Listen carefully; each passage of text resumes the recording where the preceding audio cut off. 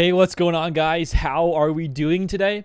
Today's video, I wanted to go and talk about a couple different things. We're going to talk about Relic 9s, what is some of the best ones out there, and also we're going to talk about a bit more of this territory war and possible sandbagging that we've seen, or we will see. So I want to talk more about that because I also remember watching not too long ago Cubs' video, like an hour-long stream of his that he moved into a video format with some of these other leaders and guilds and their thoughts about it. So I'm going to take that, and I'm going to take some of my Discord friends and their guilds. They're all top-tier guilds, I'd say, for the most part.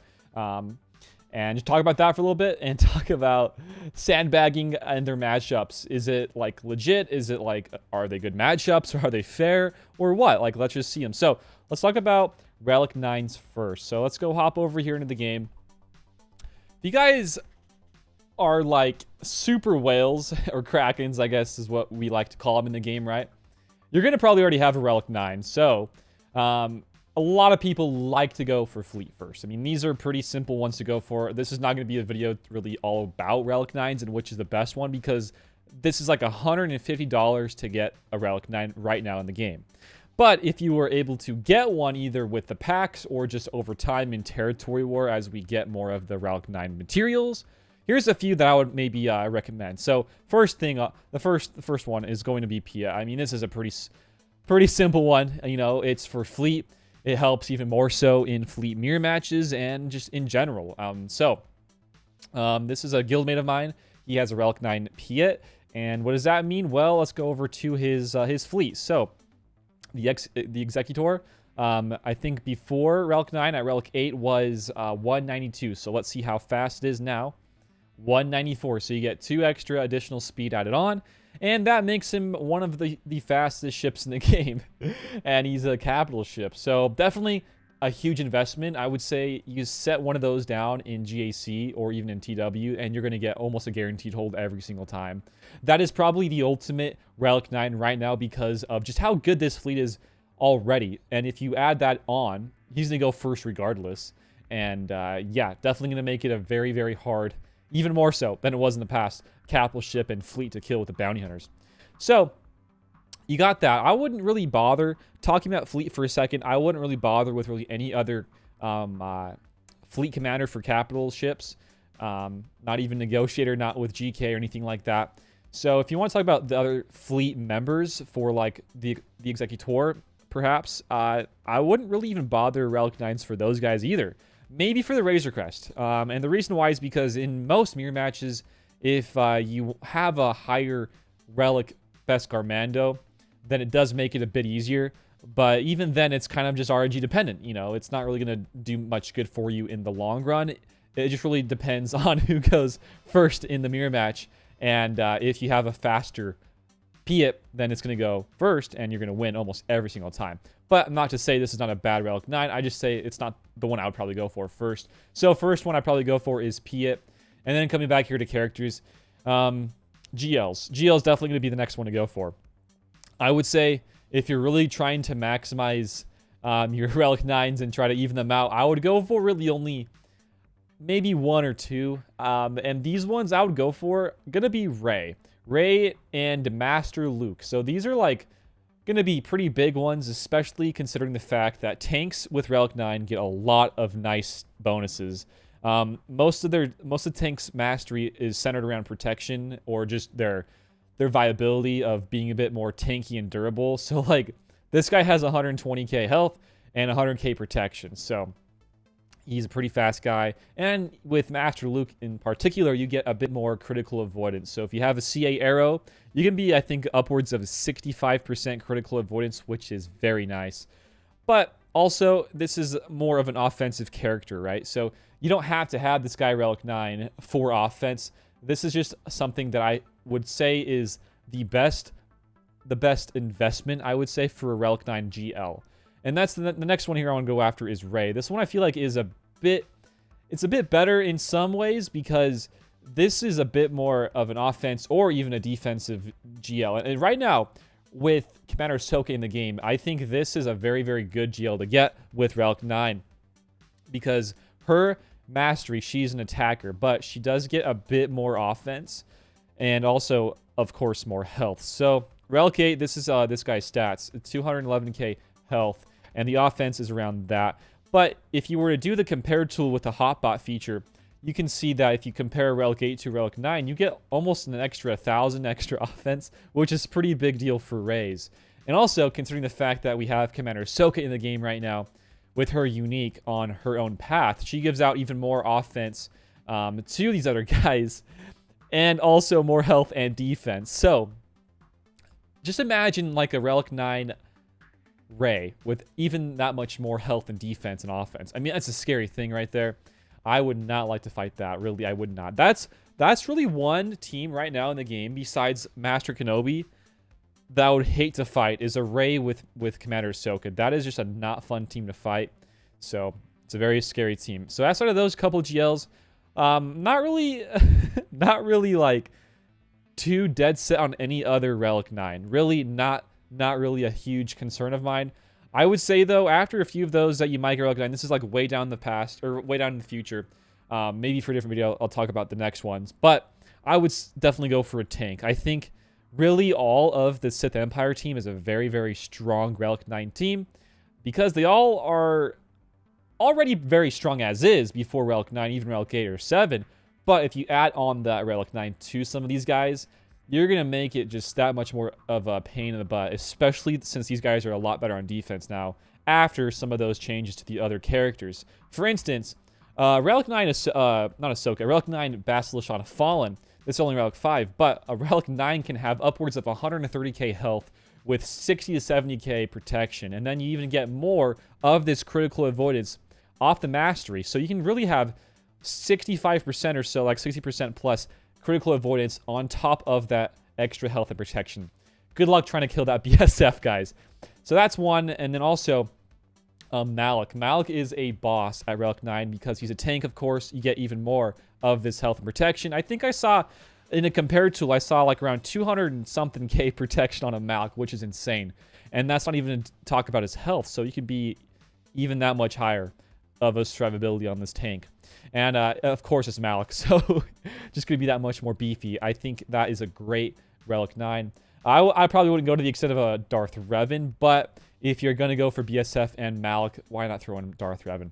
Besides those guys, though, I think really anybody that can share stats in any way, shape, or form is very good. Going back to the whole talk of like a 5s, or like an R2, maybe even a Chupio for the Rebel faction, and even Queel. Those are all great relics when you have higher relics on them for those characters. Relic 9 maybe for some, but not for all. I think 5s is a good one, but in terms of the gas team in the 501st, I wouldn't say that's a necessary one. Anyways, guys, I think that's about it for the Relic 9 talk. Lots to go and think about here. I think the no-brainer one's definitely going to be Piet, and then some of the GLs, and then maybe some more tanks. I do like the Darth Revan team, though, a lot. The Sith Empire is a great little team there. All right, let's go swap gears here. Talk about some territory war. So today is a Friday, so that means this new territory war, since the changes to territory war with the new update, has been live. So, excuse me. So let's go and see some of these guilds, some of my buddies' guilds in the game on Discord, and just see their matchup. So Bravo Squad. They went in with 45 members because they don't really require territory war. I mean, I don't think really anybody does, and I'm sure they had some people who just weren't able to sign up in time. It's just like one of those things. You know, you can talk about sandbagging for a second, and there's guilds out there that don't really require it. You might have a lot of GP, and they just go in without really forcing everybody to sign up, right? And that's still sandbagging, but not like on purpose. But then there's also other guilds that do it on purpose. There's plenty of guilds out there who do it on purpose. So Bravo Squad right here. It says they got 330 million GP, and they're going up against Black Sun Savages. I about said Savages, which is around 300 million GP. And then we can see here, Relic Analysis. So this one in this screenshot doesn't share the amount of GLs, but I'm pretty sure the guild leader of this guild mentioned they have like 260 or something GLs to their maybe less than 100. So they definitely outrank them, and they are just towering over these guys. But it's pretty obvious this is definitely a crappy matchup for the Black Suns. So one instance of the matchmaking not being the best. And then the next one here I want to go over is the one of the better guilds in the game, I would say. This is Cobra Ka, and this is going in with full 50 members. And this other guild, MC Syndication, same thing here. But as you can see, I mean, holy cow, relic analysis, way not even close. And then we go over to GLs. You can count up all these GLs, all these guys on the left. They have almost every single one of the guildmates having all of the 6 GLs, besides 5 people in the guild don't have the Lord Vader.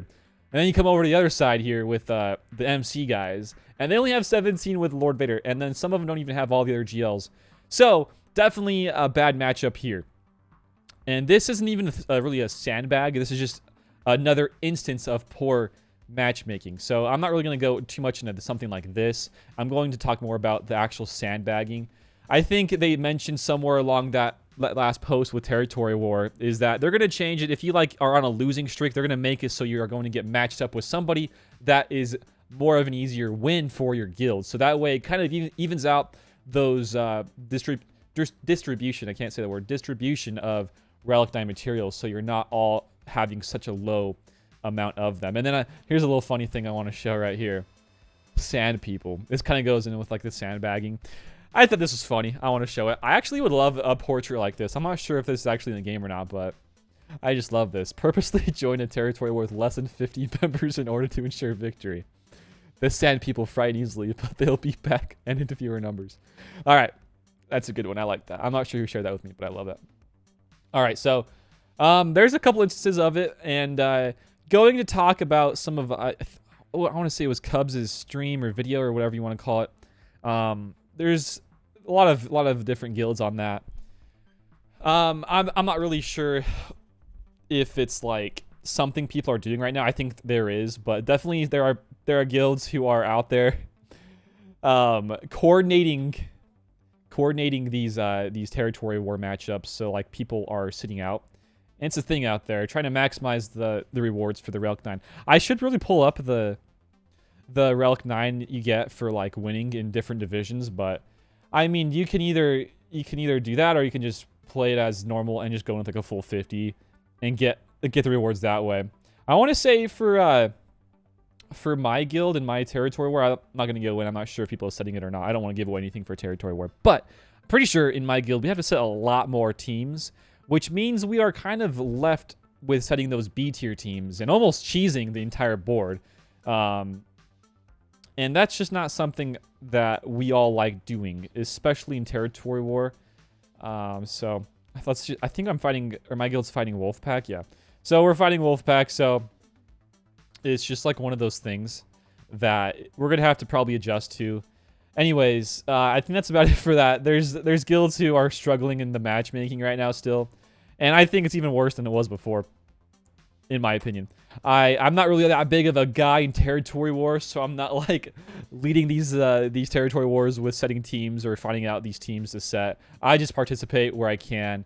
But there are still guilds out there who sandbag, whether it's on purpose or not. And then, you know, even if you're not sandbagging, you're going to still have these really annoying matchups. But, like, it's just really, it's so stupid, guys. I do not like these matchups with some of these Territory War. I didn't even show you, but in that other screenshot with Cobra, they have even more Executors. So, like, everything from GLs to the fleet, they're going to beat the other guild pretty handily. So, anyways, that's about it for today's video. Relic 9 talk, some more Territory War. I'm not sure what they can do with Territory War. I think they just need to like somehow fix matchmaking so it's not the worst thing ever. I know some guilds having it rough, some aren't. So we'll have to see. Anyways, I think that's about it for today. If you guys have any videos you'd like me to go and cover, let me know down below in the comments. And what would you guys Relic 9 first? Let's maybe have some fun here. If you guys are just going for pure enjoyment of the game, just like a fun Relic 9, what would you go for first? I think, personally, I would love to go for a CLS or Han Solo. Like, something that's Rebel besides Chewie. I would love to go for something like that.